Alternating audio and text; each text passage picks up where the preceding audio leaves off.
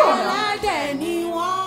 Òun wá wàhálà o. Kí ni problem ẹ gan-an? Problem mi ni wípé mo fẹ́ mọ reason tó fi lè change gbogbo orúkọ tó wà lórí document sí orúkọ Irebami. Anyway, ìyẹn ń ṣe nǹkan tó le. Èmi àti ẹjọ́ mọ̀ wípé Irebami ọmọ mi ni. Ọmọ ẹ̀ náà dẹ̀ ni. So mi rí bàbàrà nù kí n change orúkọ tó wà lórí ẹ̀ kí wọ́n á fi orúkọ Irebami sí. Ṣùgbọ́n mo ta sí ní nìyẹn.